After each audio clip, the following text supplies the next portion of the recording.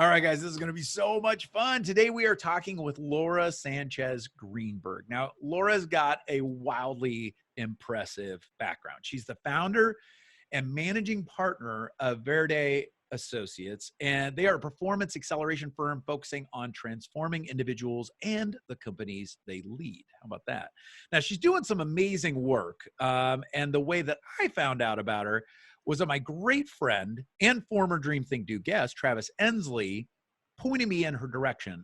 In fact, he was singing her praises about some of the work that she's been doing with his organization. And if you know Travis, that's a very high bar. He sets a very high standard, and he was blown away.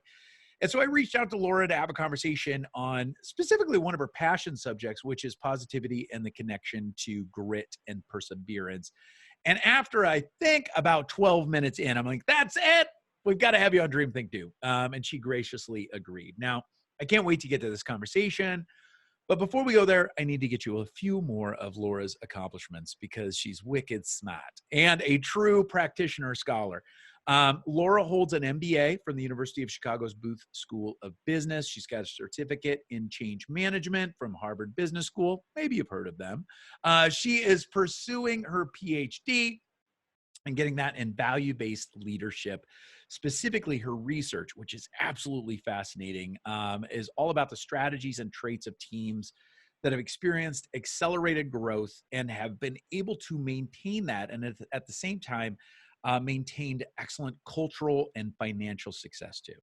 And hey, as you guys know at Dream Think Do, we are all about encouraging experimenting and stretching yourself and trying new things. And Laura's a big believer in this. So in the list of all of her accomplishments on the business side and the academic side, she's also, get this, trained in improv, the culinary arts, and she's certified in over 25 different types of assessments. Did I tell you she's wicked smart and pure awesome? You're going to love her. I cannot wait to get into this conversation. So let's get it rolling. Laura, welcome to Dream Think Do. Well, thanks, Mitch, for that intro. Absolutely. The other way to look at that list is someone who is very bored very easily. So they do a bunch of different things. Short attention span. Hey, it's one of my greatest strengths. I love it. I love it. Oh my gosh. Well, there are so many different things. I think we're going to have to do a series with you because there's so many different things we could go after. But one of the things, especially with where we're at, you know, entering into 2021, I'm still getting used to that, right? 2021. Yeah. You know, obviously 2020 was one of the weirdest, wildest years ever. And you and I have talked about this, that you do have a passion for digging into positivity and its connection to perseverance and grit. And so I wanted to first start with, like, how did you get into that? Because I'm guessing you don't have any of those kitten posters around, you know, that hang in there, or you're not a big rainbows and butterflies and ponies kind of person. Like, I'm guessing you dove into positivity because you saw practical application. But tell us a little bit about your history of how you got into this subject. Great question. I think, so my research, as you know, is in performance acceleration. And so you start to look at performance and what does that mean, right? In what context? And it turns out that a big driver of performance, and you hear all of these cliches, is that folks keep going, right? That we often measure someone's performance based on their achievement at the end of a long string of failures, right? Which is, some people call it, I kept trying different things. And as part of that, particularly looking at chaos or what people do when they persevere, right? That grittiness, a big school of thought and research is this positivity space, right? Which, how is it tied to grit and resilience? And really, there are whole fields of scholarship around this. But what brought me to it was really looking at its impact on performance, right? And just the ability to keep going. I love it. What I love too, and you know, I pointed to Travis, my good buddy, and you know, in the intro, and as you well know, Travis has got a high standard for excellence, right? His team does amazing things, but he literally was blown away, not only in your ability to communicate with his team, which is a pretty diverse group of people, coders to leaders to everybody, you know, all of that, but also your ability to bring kind of these practical strategies to something that's so important in this time that we're in. So I want to really dive into some of your toolbox that you've pulled out even more as we've been navigating the COVID wildness, all the predictability you mentioned, the chaos. I would definitely say 2020 had more than its fair share of what we might consider chaos. So what are some of the positivity / perseverance / grit tools that you have either leaned on personally in the last few months and or have been pointing people to more now in this season? Sure. Well, Mitch, and I think it's important to kind of lay a foundation really quickly. Let's right? do it. So one of the reasons that Travis asked me, and Travis, I think everybody that meets Travis is a Travis fan, right? Yep. But Everybody I know of. Yep. It's sort of like Travis fan likes kittens, right? It's their aligned. I think one of the interesting things that I saw this year, we coach a bunch of Forbes 30 under 30, those sorts of like people with the bona fides, right? Here's a high achiever. And we kept seeing across industry, even people that were essential, right? They were going into an office or they were going into a facility. They were just feeling sort of meh. Yeah. They were having trouble engaging. And that's what caused me actually to really dig my teeth into this positivity stuff. Because I was trying to figure out, people would say things like, no one in my family's been ill. I have a job. Everything is good, but I'm feeling, Yeah. And it turns out that there's a whole school of research that shows that we have this sort of pH. Yeah. And people think about positivity when you start talking about it and they start using air quotes, you've lost them, right? Because they're thinking about Pollyanna. Right. And it's not that. It's actually a positivity ratio. And so they found that at a minimum, baseline folks that are pretty, what I would call mentally robust, resilient, have this ratio, this chemistry of a minimum of 6-1, right? So that means they have 6 positive interactions to 1 negative. And that this held true even if you looked at somebody like on a terrible day, right? They're burying someone, a funeral, or, they lost their job. Those folks tend to leave that job. They just got fired, they got a box, and they'll think, well, at least the birds are singing, positive, right? Right. And then Bob the jerk from accounting walks past and they go, Bob jerk, negative. And then they get to their car and they say, well, I love my car, positive. It was still 6-1. Yep. And what I found was I tracked my own, thankfully, a couple of years ago and tracked it again. And I drink the Kool-Aid, right? Same Kool-Aid you drink, Mitch. So I was about 10-12-1 on a given day. And I was having trouble getting to 6-1. And so when you think about, and there's lots of reasons, and so to your question around what are the strategies are related to this, but getting that positivity ratio up, because we've lost a lot of the settings in which the things that drive that ratio exist today. Yeah, absolutely. So I want to go just, how do you, well, let's talk about how do you do that? How do you increase the positives over the negatives? But I do want to go back and say, is there a specific way, like you said, you tested yourself? What's the best way to do kind of a baseline on your current positivity ratio? There is one of the scholars in this space is a woman called Barbara Fredrickson. So she wrote a book on this. And she is so kind. And she's got actually a website where you can track it, and you just track it. It's Positive Resonance Tools, I think .com, something like that. Cool. But you could track it, and it gives you your ratio. At a very pragmatic level, the first thing, so as I say, is if you don't want to do it on a website, is be aware. I'll give you an example. People talk about gratitude journals, right? And the research is really thick on this, right? So if you do gratitude journal, at the end of the day, you're going to be more, vaccines will work better. You're less likely to get sick. You're more likely to get promoted, lose 10 pounds, find a puppy, all the things, right? The research is really thick. And I don't know about the puppy thing. Yeah, but it's in there, I'm sure, somewhere. Yeah. The research is deep on this. And I often have clients say, come on, taking 5 minutes to write something at the end of the day does all that? And the truth is, no, of course not. If at the end of the day you wrote, a limerick, it wouldn't have the same impact. It's not the act of writing. Yep.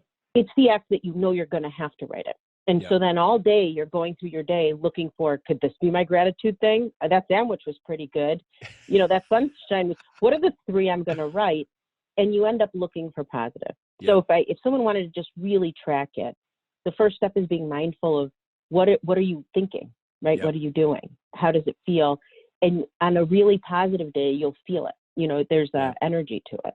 That's awesome. Do you find that, I mean, obviously checking it, you know, and using the website's one way to do it, but do you find, especially when somebody's starting this, because I do feel like, and I love the phrase, it might even be the name of this episode, is beating the meh, because I do see so many people wrestling with this. Like they almost feel bad, you know, to your point, like maybe they've lost somebody, but a lot of people, it's not big things. They haven't lost someone to COVID, or, you know, in many cases they still have their job, but they just have this overwhelming meh. So if we really do want to help and, you know, be aware of the positivity ratio and, you know, start to work towards this, do you find when somebody's just starting this process, does it help to actually write it down as you start to notice them in the beginning? Or would it be just best to just observe and then just try to track it like the gratitude journal at night? I think in knowing a little bit about the folks that listen to your show, Rich, right? We want to solve, right? Like split the atom, make the mess go away. That's right. And the problem is the solve for this is so small and micro that it feels insignificant, right? Yeah. So what is the impact of the fact that, you know, I have kitschy things on my desk, like I have one of these sloths, right? Yeah. From the Zootopia movie or whatever. What is the impact of that? Well, every time I look at it, he makes me chuckle. And so if I say to you, that's the solve for meh, go buy a bunch of toys. Well, that's the solve for one of the solves, these little drops. Right. So what we tell folks is this. So positivity, the moments, what the research has shown is they're clustered.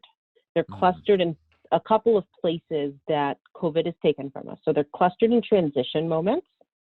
So I want you to picture, we all have this little positivity odometer, right? Yeah. So I go get a cup of coffee at Starbucks and I smile at the barista. Click.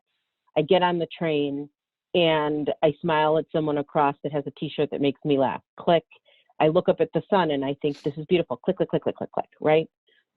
Those moments are clustered in moments of transition. So when we're commuting, when you're first getting into your office, in moments of change. So going between meetings, right? The conversation you have, walking into the kitchen at work and smelling the coffee.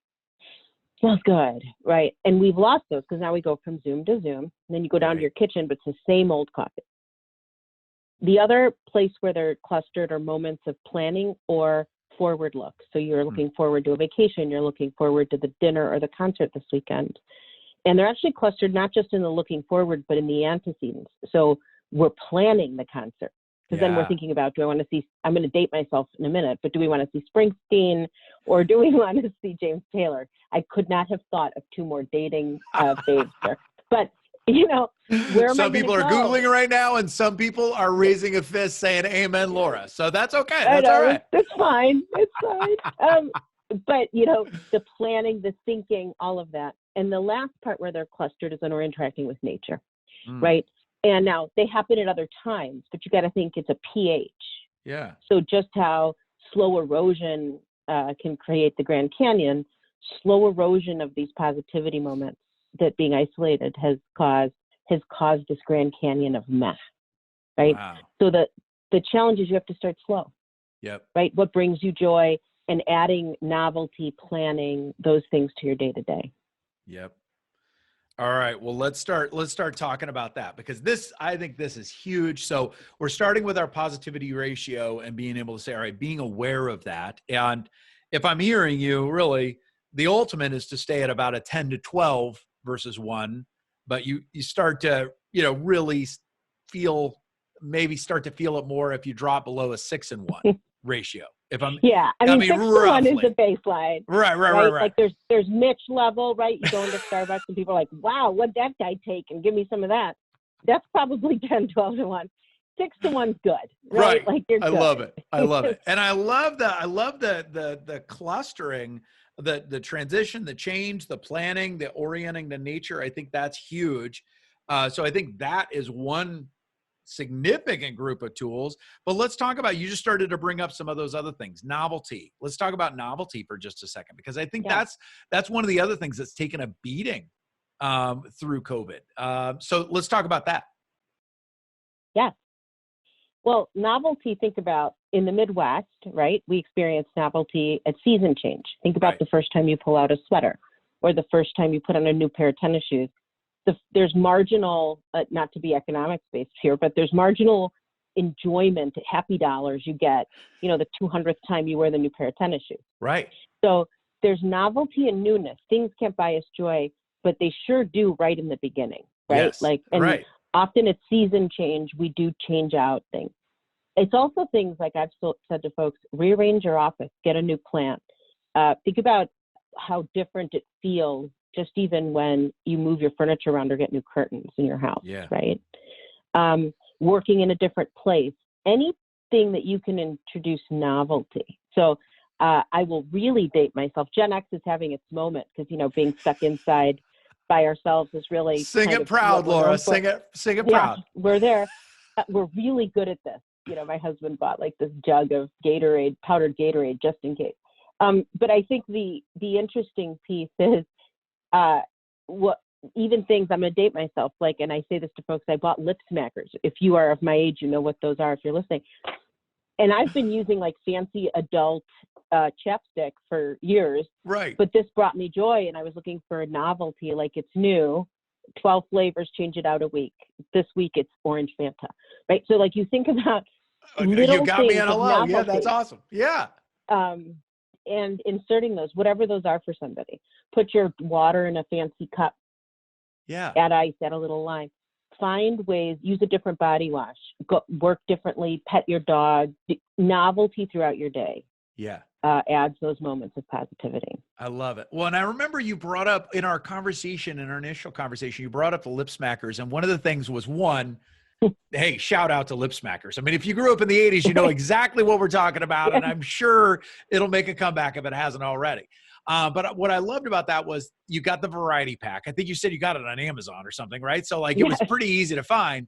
But you also did something where you put them in different places. So you never knew where those were going to pop up. So tell us a little bit more about that's such a simple thing, but I loved it. It just stuck with me.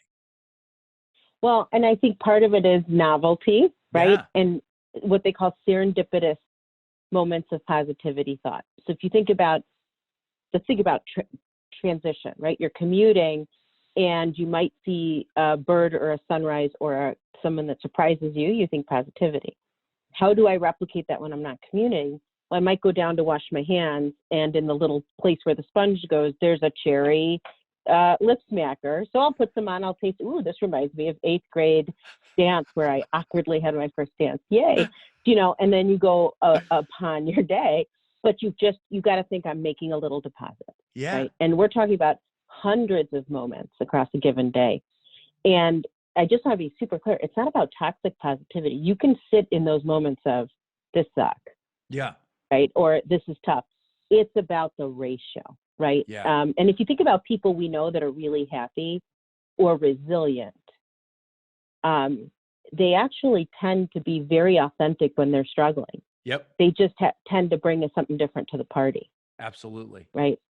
It's so true. It's so true. And I really do honor and respect those. I'm a relatively positive person, but I also am a recovering worrier. So I can go dark, in 2 to 3 seconds if the right situation presents itself. But it is funny how when you find those people who are consistently positive in a rich way, not in a Pollyanna or cotton candy way, but in a deep, rich way. And I texted one of my favorite authors who I've gotten to be good friends with and texted him this weekend. He's one of the most positive people that I know. And he just texted me back, and you could tell his text was expecting good. He was expecting good things. And he was like, that's what he was wishing for me. He was like, I'm just expecting great things for you this year. And you're just like, wow, you have really, because I know his background. So his background was hard. Yeah. And he has trained his brain, he has trained his outlook to expect great things. And then I think he sees more of those great things and appreciates them when he's there. So I so agree. So as we start to wrap this up, and I love this conversation, but what's one more strategy that you found helps with that positivity ratio, whether it's dealing with the negative or boosting the positive on a day-to-day, especially in this season when we're talking about beating the meh? Yeah. Well, and we're heading into a winter that, although things are looking up for 21, Right. might be longer, will be longer for many of us. I think finding things to look forward to. Yes. And so, you know, it used to be I'm going to dinner at this new restaurant or a concert or a vacation, which is rich in moments. Thinking about, you know what, this weekend I'm going to make this dish, and ordering the ingredients and looking forward to it, right? Yeah. Taking moment.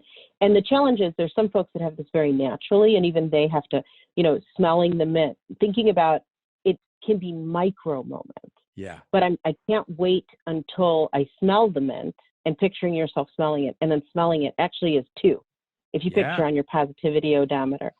And so that would be the one thing I would tell folks is, even in this season when we're probably still going to be inside for a while, right. You know, thinking about what you can look forward to and actually letting yourself look forward to things and planning things is a big source of this. And the other thing I will add is change your setting at least once a day, right? We sit at our desks all day.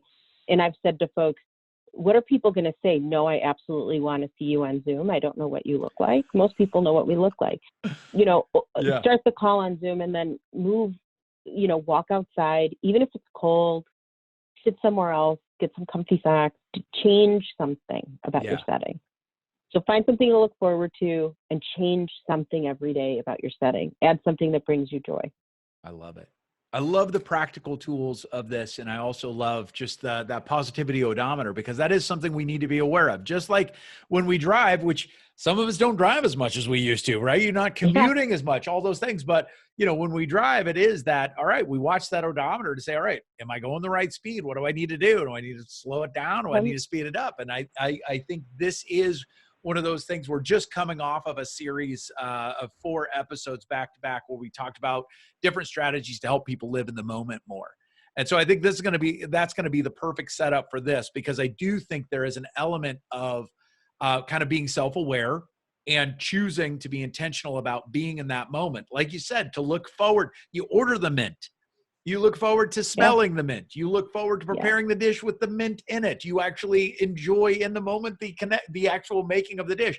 Like, there are so many different elements within that, but so much of that also depends on us being aware and being in the moment to truly celebrate it. So this stuff is gold. I have a feeling we just scratched at the very, very top of a big, big iceberg with you. So I'm looking forward to having you back, Laura. I so appreciate it. What's the best way for people to find you on the World Wide Webs? I think the easiest way is going to verdeassociates.com, you know, which is our website. There's links to reach everybody else through there. I love it. That's great. We'll definitely point people to that in the notes. And I know that you've got books coming in the future, and I can't wait to talk through all of those. But I'm going to look forward to having you back, because we touched on so many different things that I think are going to be so valuable to people, and I so appreciate it. In our last minute, I will ask one last question, and that is to that person that's sitting there going, okay, maybe they even thought, I'm a Springsteen fan, Laura. I'm with you, right? And they're like, okay, I think I need this, because they're ready to beat the meh. What's that one last little bit of encouragement you'd offer the person where they're going to have to choose today? I'm going to have to choose to do it. What last piece of advice or encouragement would you want to offer them as they're starting that journey? Well, that I think there is no amount of this that does not have impact. So even if you find 3 things that bring you those positivity moments versus the longer ratio, if you're overwhelmed by a full day of this, even if it's 3 things in a day, what the research shows in very real, quantifiable ways is that it will have an impact on you. Because once you do those 3, the odds that you'll see 3 more increase. Yep. So just do something would be what I would say. Start somewhere and it'll make impact. Brilliant. I love it. I so appreciate you, my friend. Thank you so much, and we'll look forward to having you back. Thank you, and call out to Travis for introducing us. So no joke. Travis does it again. Thanks so much.